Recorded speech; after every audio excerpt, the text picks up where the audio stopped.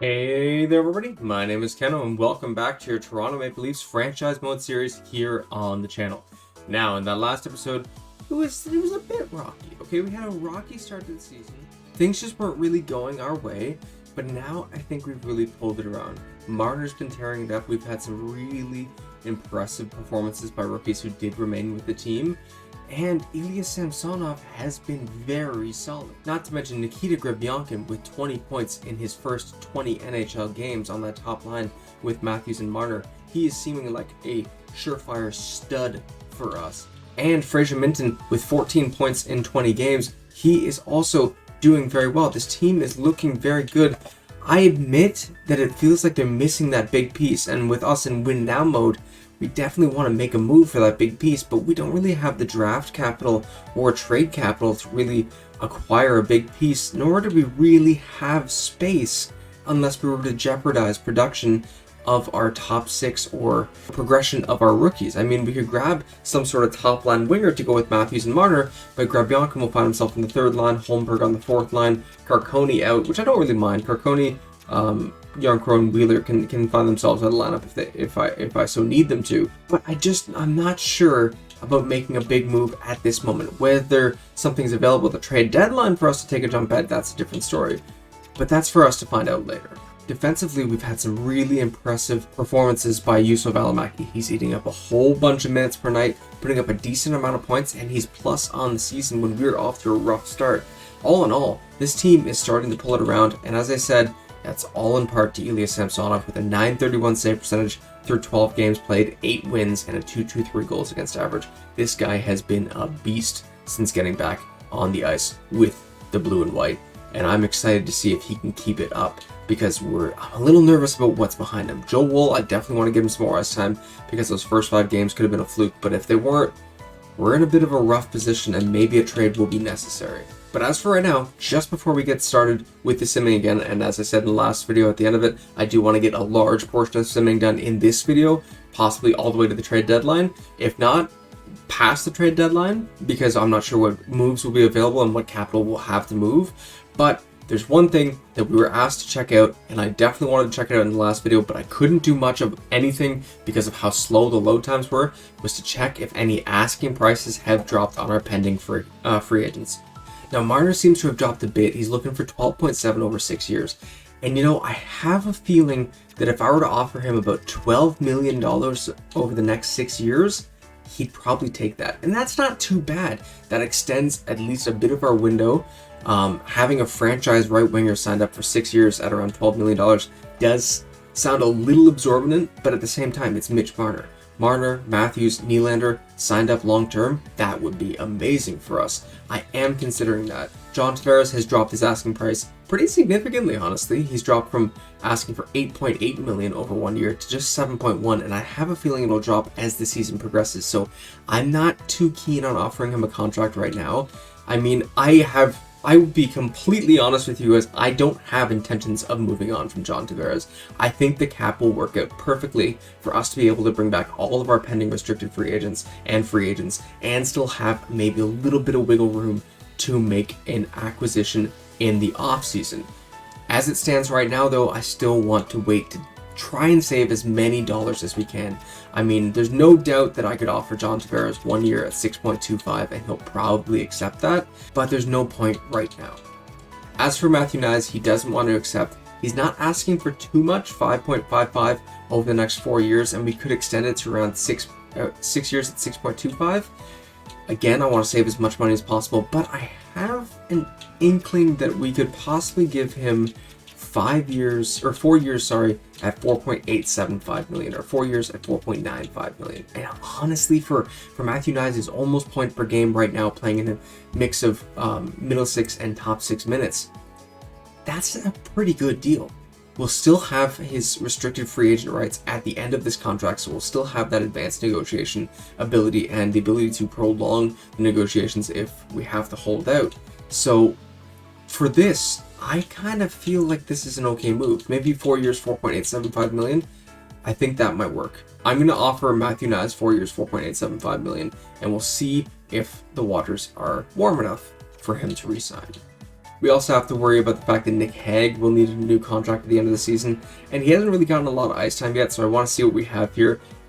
With the fact that we're in a win now mode, I got no problem with possibly having to flip him to acquire more assets or acquire a better piece or something like that. I don't necessarily want to. I have a feeling that he'll work out for us. But if we need to, I'm not too terribly opposed to it, especially if he's asking for a hell of a lot of money. Aside from that, I'm pretty much going to wait on everyone else. We still have Joe Woll signed up. We just got to get him to start producing and putting up good numbers. And Ilya Samsonov, hopefully he doesn't ask for too much, or we won't need him, because I'm depending on Woll and Hildeby to be NHL goalies next season. That is my plan. But with all that out of the way, I think we're ready to sim to our next game, the first game of this episode. We are still waiting to hear back from Matthew Knies, and we could hear back really soon. Nick Abruzzese is ready and fully healed, but I'm going to keep him out of the lineup. I want to give Carconi an option. I wouldn't mind jumping up that fourth line a bit, keeping options, like popping different options in and out of the lineup to see what they can do, and even trying to get them higher up in the lineup. Elias Solomonsson goes down to an injury with the Marlies, so we're going to replace him. And now we are at the first game of this video against the Winnipeg Jets, the very team that knocked us out of the Stanley Cup Finals last year, and I'm excited to get a little bit of revenge. Hopefully, they beat us last time in the game just a few days ago, the first half of this home and home. We're going to beat them here at Scotiabank Arena here in Toronto. First game of the video. We always slow sim these ones, first and last games, unless it's preseason, because I will never slow sim a preseason game. It just doesn't make sense. Let's see. First period. And it's scoreless after one, shots 9 apiece, but nobody's found the back of the net yet. Very interesting. Let's see, can we get the scoring going here in the second period before the Jets do? Second period. Well, we both find the back of the net in the second period. John Tavares opens the scoring in this game, followed by a power play goal by Gabe Vilardi to tie it up for the Jets. Shots are still even, 19 apiece. It's a goaltending duel right now. Samsonov is fighting Hellebuck to show him what he could have done last playoffs in the Stanley Cup Finals. Let's see how this third period rounds out the game. Third period. Oh, that's what I like to see. A power play goal by Austin Matthews puts us up 2-1. John Tavares makes it 3-1. Kyle Connor makes it 3-2. But Michael Carconi, our offseason addition, gets the empty netter to make it a 4-2 win for your Toronto Maple Leafs. A very good first game of the video. Love to see that. Love to see that. Now we're still waiting to hear back from Matthew Knies on whether he'll accept that 4-year contract, and he does. I appreciate that he chose to offer me the type of money that I feel I'm worth, so I just decided to resign. So that just goes to show, guys, that even if they do say no, if your team is a good competition enough, or if you're respecting the player by giving them ice time and giving them opportunities to score or get into the lineup, they may be willing to still sign for a low ball contract, like a undervalued contract. So we have Matthew Knies for the next 4 years at $4.875 million. And the best part about that contract is that when it expires, we still have the negotiation rights for him, because he'll still be a restricted free agent. That is beautiful music to my ears to start this video. Let's keep going here. We're going to try and get a bulk of simming done in this one. So a quick sim here, the first half of a back-to-back against the Buffalo Sabres and the Pittsburgh Penguins. Let's see how we do here in the first half. We win that one 4-3. Okay, second half against the Pittsburgh Penguins, and we win that one 6-2. Holy crap. And then Ronnie Attard is available on waivers. Depth defender, 79 overall. Oh yeah, 100% claim that. 100% claim that. Game 24 against the Ottawa Senators, still on this road trip here. Can we get a win? Juuso Välimäki, he's out with an injured groin until December 12th. Okay, we're just going to do replace this player for now. We'll check the draft class after this, and we lose that one 3-1. Okay, so Samsonov is on the verge of possibly losing the starter role just for a little bit. I do have my rule of 2, so if you lose 2 games out of 3, the starting goaltender will find himself on the bench for the next little bit until the backup goalie does the same. So let's see, against the Boston Bruins here at TD Gardens, game 25 of the season, Blake Wheeler goes down to a pulled groin as well. He's out till December 15th, and we win that one 4-3 in overtime. Very good. Game 26 of the season against the Tampa Bay Lightning.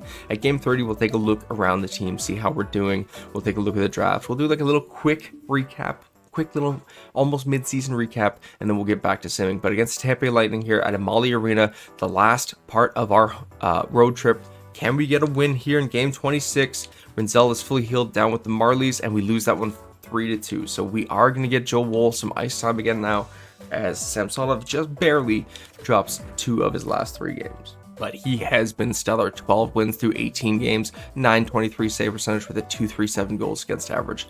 What a resurgence for the 27-year-old netminder. Let's keep going against the San Jose Sharks here, back at Scotiabank Arena for game 27 of the season.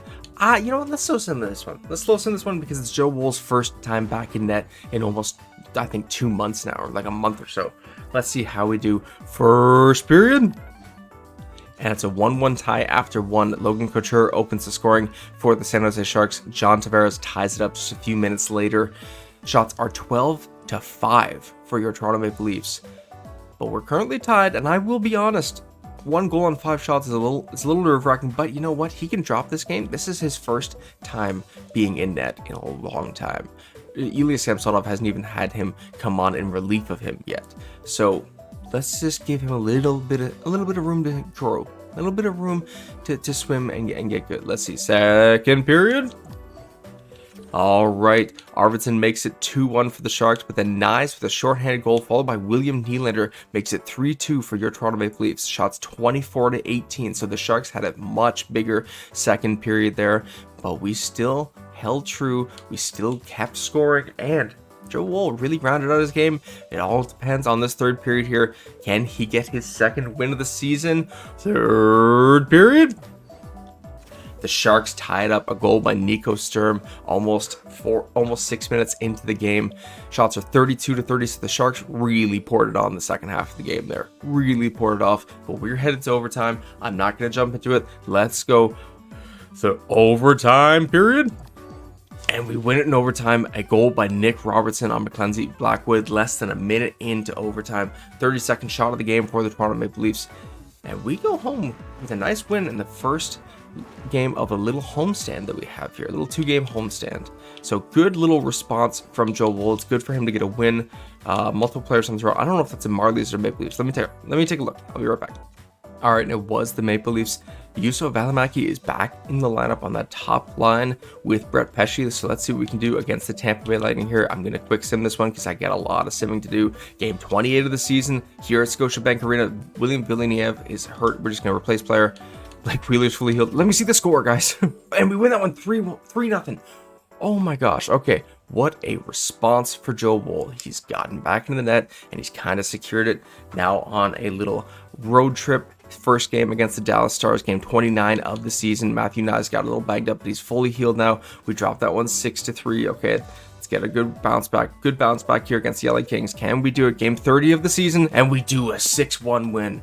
Holy crow. What a good little response by the team. We're now 17-9-4 through 30 games on the season, and we currently sit third in our division. Wow, the Canadians are going crazy. 23 wins, 7 losses, 1 overtime loss, 47 points. We are currently 9 points behind them for division lead, but I feel it. We're going to catch up. Let's take a quick look at how our team has done so far. So Nikita Gribyankin is still doing crazy. 27 points through his first 30 games in the NHL. Matthews has 16 goals and 23 assists for 39 points through 30 games. Very good. Marner with 9 goals and 42 points through 30 games is insane. Robertson slowed down a bit. 18 points in 26 games. It's not too bad, but it's more production than I would expect from like a third liner, especially on a team as stacked as this and with line mates like John Tavares and William Nylander. You expect a little more. Tavares with 25 points in 30 games. Very good bounce back from last season. He had 73 points in 80 games last season, which isn't bad, but I wanted a little more from him. I think we'll have probably on par with that though this season. William Nylander with 25 and 25 is music to my ears. Nyes with 27 and 30 is crazy. We just got him locked up. He's almost point per game playing third line minutes. What more could you want? What more could you want from this team? This team is doing very well to start this video. Fraser Minton with 20 points in 30 games is very solid contributions from a rookie third liner. And Pontus Holmberg with 10 points in 30 games, not as good, but you know, he's getting us on the board, and that's what matters. Kelly Yarncrow, 4 points in 22 games. Yarncrow with 4 points in 19 games. And Connor Brown draws into the lineup again with 1 assist through 5 games. You know what? I wouldn't mind bumping him up to that third line with Nyes and Minton and seeing what he could do. Hell, if I was really crazy, I would do him on the second line with Robertson and Tavares and try to deepen that scoring, have Nyes, Minton, Nylander. Ooh, I'm tempted. Or even go crazier and do like Grebyankin, Matthews, Brown, with Robertson, Tavares, Marner, and Nyes, Minton, Nylander. Holy crap. But no, we're gonna keep Brown on that third line. If you guys have any lineup suggestions, you just let me know in the comments down below. I'm always willing to listen to different suggestions, line suggestions, even trade suggestions or free agent signings. You guys always let me know. I'm always willing to listen. But let's get back. Let's see how the defensive core has done. Valimaki with 8 points in 24 games and a +8, logging 22 minutes on average a night. This guy has been a great pickup for us. I know it cost us a first-round pick, but we got a star right here with Juuso Valimaki. Brett Pesce with 13 points in 30 games is very good. Riley with 15 points in 30 games is still solid, logging almost 24 minutes a night. Great production. 5 points in 19 games for Nick Hague and a +3. He's logging 17 minutes a night, and he's still doing pretty steady for us. That's pretty good. McCabe with 8 points in 28 games and a +12. And Benoit with 8 points in 30 games and a +6. And I will say this, I know I keep showing off the plus minuses. It's not a good metric to judge somebody's defensive capabilities and abilities, but in EA Sports NHL and the entire franchise, that's all we really have. Unless we want to break it down and go into their stick checking, their giveaways versus their takeaways, their block shots, and their hits, which we could always do. If you guys want to see me do deep dives on each of our players, we easily could. And I typically do that if I'm having like an issue with the team. I'll look at who might be a weak link, but just like quick glance, plus minus is the best way to judge. If you have a player generally that has a decent plus minus, or it's like a top tier player and they have really bad plus minus, there's either a chance that they're having a struggling season, which I seem to have every year, like a one player will have a really bad rare season, or they're just not a defensive player. But let's see how the goalies have done. Joe Woll has seemed to bounce back. He's got 3 wins in his last 4 games played, which is very stellar with 1 shutout so far. He has done very well. I just want to get that save percentage up. I think he deserves to get a good season under his belt. But aside from that, we know the team's doing good. We're going to take a quick look at the coming prospects in this year's draft. And then we will get back to simming, and we know it's the James Hagens draft. Michael Misa, Jorgen Backer, Matthew Betts. Yeah, there's a few.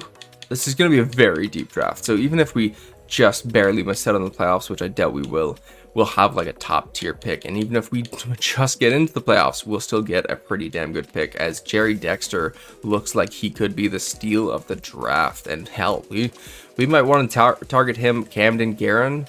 Okay, he looks okay. Mason Fleece, I know, is a real world player. I try not to take real world players because I've done these drafts so many times that I kind of know who's who and who has what potential and stuff like that. Again, I have said that these series will be coming to an end very shortly, within the next month or so, and new rosters will be going up with new edited prospects and stuff like that, just to give it a little change up, you know, just to have things fresh each time we do a new franchise mode. And there is a new short-term series coming out very soon. I'm just working so hard to try and get it done. I'll be recording, and then I'll have to go roster edit for like an hour or two. But here we are. Let's get back to simming. Game 31 coming up against the Chicago Blackhawks. Will Joe Woll maintain the net here? Let's see. William Villeneuve is back with his 2 best lines, and he loses the net, a 5-3 loss there. I'm tempted to keep giving him a little bit of rope so that we can see what he does, but we gotta win, plain and simple. So Samsonov is back in net. Joe Woll didn't do too bad, but you want a little more. And now game 32 here against the Ottawa Senators back at home. We win that one 8-3, a dominant win there against the Montreal Canadiens in the first half of a back-to-back.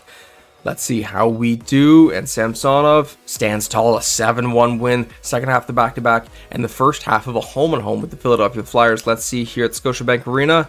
We win that one 6-5 in a shootout. Second half of the home-and-home against the Philadelphia Flyers. How do we do? And we lose that one 6-2. Okay, I'm sure we'll bounce back here against the Devils. I feel it in my bones. Let's see. And we do a 5-2 win.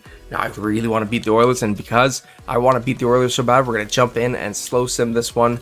See how our big guns hold up against McDavid and Draisaitl. Let's see. First period. And it's 1-0 for Edmonton after 1, with McDavid getting the lone goal. Shots are 14-6 for your Toronto Maple Leafs, but we're trailing in this one. Let's see. Second period. And we respond. Nick Robertson gets a power play goal to tie it up before McDavid makes it 2-1 just for Michael Carcone to get us on the board again, tying it up at 2 apiece. We're still heavily outshooting the Edmonton Oilers with shots 26-17 for your Toronto Maple Leafs. But at least it's tied now. Let's see. All depends on the third period, as I always say. Let's see. Third period. And the Oilers come out triumphant. Connor Brown gets his first goal as the Toronto Maple Leafs since returning. Evan Bouchard, though, makes it 3-3. Leon Draisaitl makes it 4-3. And Evander Kane with the empty netter makes it 5-3.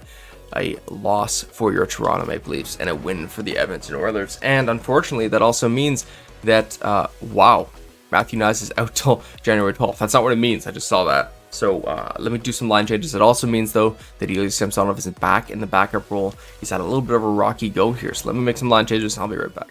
All right, Joe Woll is back in the starting seat, and Michael Carcone has been promoted from the 4th to the 3rd line, with Wheeler drawing back into the lineup. I honestly forgot that he was out injured. But let's see how this team does. It shouldn't be too long before we get before we get Matthew Knies back. But let's see, against the Buffalo Sabres here, home at the Scotiabank Arena, game 38 of the season, and it's a 4-3 shootout win. Very good. A back-to-back here against the Islanders and the Red Wings. Can we get wins here in both games? A 5-4 loss, of course, against the Islanders, and the second half of the back-to-back is a 5-3 win in game 40 of the season. Okay, now coming up here is the halfway mark of the season. Okay, game 41 here against the Anaheim Ducks at Scotiabank Arena. Can our team get a win here and keep Joe Woll in net? Let's see. Quick simming this one. Matthew Knies is fully healed. And we win that one 3-2. So Joe Woll has reset his clock and gets to stay in net. But let's take a look at how the team has done. I know it's only been 11 games since we last looked at them, but Marner is going freaking crazy. So I want to see how Grubyankin's doing. He's got 15 goals, 21 assists, 36 points through 41 games. He is doing crazy. Matthews with 25 goals and 56 points in 41 games, and Marner, as we know, with 12 goals, 52 assists, 64 points in 41 games. He's got to be in the top. He's got to be in the top 15 scoring this year. Robertson with 15 goals and 11 assists for 26 points in 37 games is not bad at all. He's still putting up goals. 34 points in 41 games with Tavares, so he's slowing down a bit. And Nylander with 33 points in 36 games with a -12. See, that's what I'm talking about. A random player who has a very bad plus-minus. It's not going to carry with him because he had a great season last season. Oh, actually, he was only -3. Wow, he might be a bad defensive player. Michael Carcone with 7 points in 30 games. Fraser Minton with 28 points in 41 games. Connor Brown with 6 points in 16 games, which isn't bad, honestly. Yarncrow with 9 points, 33.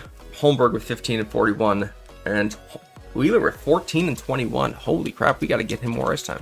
All right, Knies is back in the lineup with Minton and Wheeler, and it's Yarncrow, Carcone, and Brown on that 4th line. Holmberg draws out of the lineup because he just wasn't really doing it for us, and I am still going to make a little more line changes. And that's simply it. I have moved William Nylander down to the 3rd line with Minton and Knies, Robertson on the 2nd line with Tavares and Blake Wheeler. So let's see how this team does now. We're going to continue to go, I think, till game 50, because that'll be the lead up to the trade deadline. I'm not going through the trade deadline in this video. I've decided that I want to take a look deeper at this team. I feel like I've been flying through games in this video.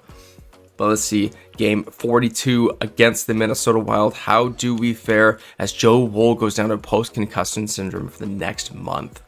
Oh, Lord, let me make some line changes. All right, and Dennis Hildeby draws back into the Toronto Maple Leafs lineup. He was doing fairly well down with the Marlies, 19 wins, 7 losses, and a 900 save percentage with 2 shutouts. So let's see if he can finally convert in the NHL. I mean, it's not like we need him to rush. He's only 23. We could wait another year or two. I just want to see if we have a capable goalie here. All right, we won that game 4-2 over the Minnesota Wild. Ty Cartier is available. I mean, he looks pretty decent. We can grab him as a depth option. That's no problem. I mean, we might not even have to do any trade deadline shopping. No, I'm not moving Salamson and Villeneuve. I'm not moving either of them, honestly. Game 43 here against the San Jose Sharks. Can we pick up another win here? We don't. It's a 4-2 loss. Back-to-back here against the Flames and the Kraken. Let's see, first half of the back-to-back with Samsonov in net. We win that one 7-5. Second half of the back-to-back with Samsonov still in net. No, I'm not making any trades. Come on, guys. Let me see the score. 6-5 loss. Okay, so Samsonov has become very, very rocky lately. His hot start to the season has definitely cooled off. We're going to get him into the backup role now. He's got a 907, so he dropped him a 931 at the beginning of the video to a 907 here over the just past the halfway mark in the season. Now Dennis Hildeby draws back into the lineup, and we're going to do the last few games of this video here, last 5 games coming up, and I want to give Hildeby a true shot. So you know what, I'm gonna put my rule aside, and for the next 5 games, no matter what, Dennis Hildeby will be playing in net for your Toronto Maple Leafs. Let's go. Quick simming this game here against the New York Islanders, and it's a 4-3 shootout loss. That's fine. He hasn't played in the NHL pretty much all season. Let's see, second game here, game 47 of the season against the LA Kings. Let's see, does he pick up a win here in Toronto? It's a 3-2 shootout win. Okay, very good, very good. Game 48 against the Seattle Kraken. Can we beat them too? It's a 2-1 win. Oh, he has gotten sharper and sharper with each game. Jump through a little pause in the season. We go up against a 10-0-0 in their last 10 Vegas Golden Knights, who are 29-18-3 on the season. So this is going to be a fight for the rookie netminder, and we are going to slow sim this one. I know it's not the last game of this video, but we are going to slow sim it regardless. And I want to quickly apologize before we get into the simming for any stumbling, stuttering, or rushing I'm doing. I have a little bit of a tight window. Again, uploads will get back to normal this week. I plan to have a upload every day. Thank you guys so much for your patience and your support. And back to the video now. Let's see, first period. And the Knights currently lead this one 2-1 after the first. Barbashev notches 2 for the Knights, including a shorthanded goal, with Connor Brown getting a goal between them. Shots are 14-8 for your Toronto Maple Leafs, but as I said, we are trailing. Let's see if we can bounce back here. Second period.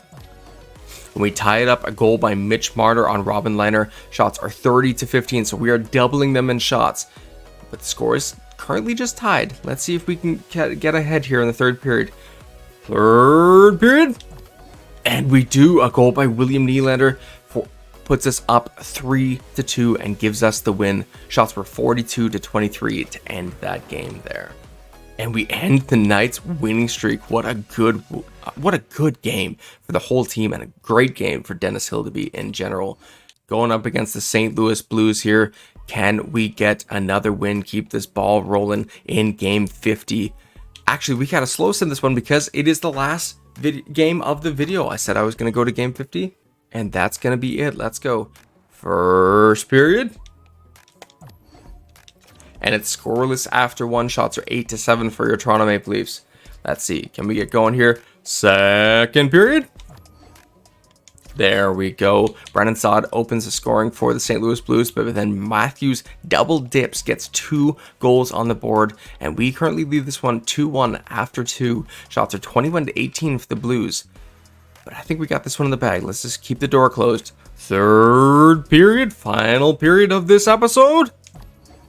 And we win this one. Brett Pesce gives us the winning goal, 3-1. Brendan Saad makes it 3-2, but it is too little too late. We outshot them 30-25, and we walk away with a 3-2 win in game 50 of the season. Very good production by the team. Matthew Knies is back injured though with back spasms till March 6th, so I don't think that's just under a month away. Holy crap. But if you take a look, we currently sit third in the standings. Our division is very tight. We're only 3 points up of the final wildcard spot that the Senators currently hold, and we're 10 points back of the Florida Panthers for top in the division. The Panthers and Canadians are kind of just running away with it this season. Holy cow. And Mitch Marner has gone beast mode, 80 points in 50 games. So his asking price is going to go so up. And you know what? I have to give him a contract before this video ends and before we get the season fully wrapped up. But before I get into offering any more contracts, I want to take a look at how this team stands just past the halfway mark of the season, 50 games in. So Grebyankin with 18 goals and 41 points through 50 games and a plus 20. He has done amazing in his first NHL season. Matthews with 31 goals on the season in 50 games with 71 points altogether. Very good production from our franchise center. And as we know, Marner 80 points in 50 games is freaking crazy. Robertson with 17 goals, 11 assists, 28 points in 46 games. So he's really slowed down. He has really slowed down. Tavares with 40 points in 50 games. He has also significantly slowed down. And Blake Wheeler with 16 points in 30 games. You know, he is 38. He's not getting any power play time. Can't really fault him on that. Holmberg with 15 points in 41 games. We'll have to see how Nyes was doing.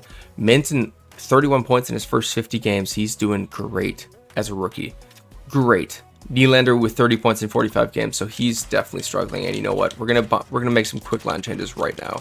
We're just gonna move things around like that. We're gonna go Robertson, Minton, Nylander on that second line, and Holmberg, Tavares, Wheeler. No, Holmberg, Tavares, Brown on that third line. I think that's no. Your Carcone, Tavares, Brown. That's the last we're gonna do. That's the line changes that we're gonna go with going into the next video. Defensively, it is Valimaki with 17 points in 44 games, which is very good. Pesci with 22 points in 50 games. Nylander with 25 points in 50 games. So he's definitely not getting the points that we expect him to get. That's a little concerning for me. Hag with 13 points in 39 games is not bad at all. McCabe with 14 points in 48 games and a plus 20. So he's killing in that limited ice role. And Benoit with 10 points in 50 games and plus 13. So they are a great starting third pair. They have been so solid for us. So solid for us. Goaltenders, Dennis Hildeby, an 896 save percentage through 9 games played with 5 wins and a 307 goals against average. So I think those first few games that he played really skewed his stats. I think he's had a really solid last 4 games. Or last 5 games, however many it's been. He's been very good for us since we have had to call him up in the wake of Joe Wool's absence. But before we wrap this up, I want to take a look and see what we can do for contracts, as Tavares and Marner want to re-sign now. I don't think Tavares didn't want to re-sign before, but Marner definitely didn't want to re-sign. He does now, asking for $12.6 million over 7 years. You know what? That I don't mind giving you the 7 years you want, because that'll line up perfectly with Nylander's contract. I do want to lower that a bit. Just please, just let me lower it a bit. Maybe like 7 years, 11.85 million. Can you take a little bit of a hometown discount? Just a tiny, teensy, weensy bit of one. Please, please, please. Just the smallest one. I know I could use the 85% trick, and if you don't know what the 85% trick is, pretty much you take their asking price, you time that by 85%, and you use that reminder. So basically, if he's you can remove 15% from what they're asking for in the contract extension phase, but only if they want to resign, and only in the contract extension phase, not in the resign phase after the draft. But let's see, I'm going to offer him 7 years and 11.85 million. And before we end this video, we're going to find out if he does resign with the team, because that's something we got to know. John Tavares, his asking price should have dropped. It hasn't. That's shocking. I'm not willing to offer him that yet. Just not. Let's see what Nick Hag is looking for, though. And I was honestly expecting 6 million, and he's not. He's only looking for 4.4 million. I still kind of want to wait this out. If I'm being honest, I want his term to extend. I wouldn't mind getting him locked up for like 5 years. And even in 5 years, 5.5 million isn't bad. Or 4 years at 4. You know, we can honestly do 4 years, 4.5 million. You guys let me know in the comments below. I won't offer Nick Hag this contract yet. You tell me if you think he's worth 4 years, 4.5 million. I know it's a very small little sample size. I want to make sure that he kind of fits with the team in the long run, but we'll have to see. I would love to bring Jake McCabe back. He's asking for nearly 6 million though. I don't understand that. I make it make sense. That doesn't make sense to me. He's having an amazing season, so I guess that makes sense. Juuso Valimaki does need a contract extension, and you know what? We're gonna jump in low here. I don't mind getting him locked up for 2 years, 2.5 million. Honestly, I could give him a little over just to make sure he signs. We're gonna give him 2 years, 2.5 million though. I think he'll take that, and that will be the next contract we offer out. I don't have a need to bring back Blake Wheeler at this time. Nick Abruzzese, yeah, 2 years, 950,000. Let's get it all done while we can. Carcone, if you are looking for league min, that's fine. You're not, so we're gonna wait on that. And then Stanley, no.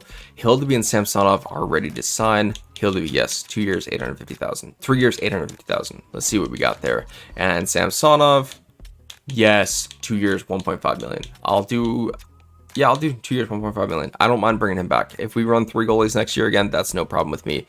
We will see if he'll take that. And we'll actually wait to see if all these players accept their contract extensions, and then we'll wrap up the video. So we should hopefully hear back before the Tampa Bay Lightning game. If we don't, then we'll just sim that one quickly, and we'll do a slow sim. But Mitch Marner right away extends. I believe it was 7 years, 11.85 million. So we have our core 3 forwards in Marner, Matthews, and Nylander locked up very, very long. Not as long. Matthews isn't as long as the other two, but Marner and Nylander are locked up very long term, and I freaking love that. Ilya Samsonov also extends his contract with the Toronto Maple Leafs. That's all we've heard back from now. Let's see. Juuso Välimäki extends. That's beautiful. He has been playing like a prime top 4 defenseman. We just locked him up for another 2 years at $2.5 million. And Nick Abruzzese locks up with us. That's beautiful as well. So does Hildeby. Holy crap, I think everyone did accept their contract extensions, and that will be it for this video. Your Toronto Maple Leafs have done great. We're 30, 15, and 5 so far into the season. Marner is killing it. Marner is currently 3rd in the NHL with 80 points in 50 games. Nick Suzuki's going freaking crazy with 88 points in 53 games for the Montreal Canadiens, so that's probably why they're having such a hot season.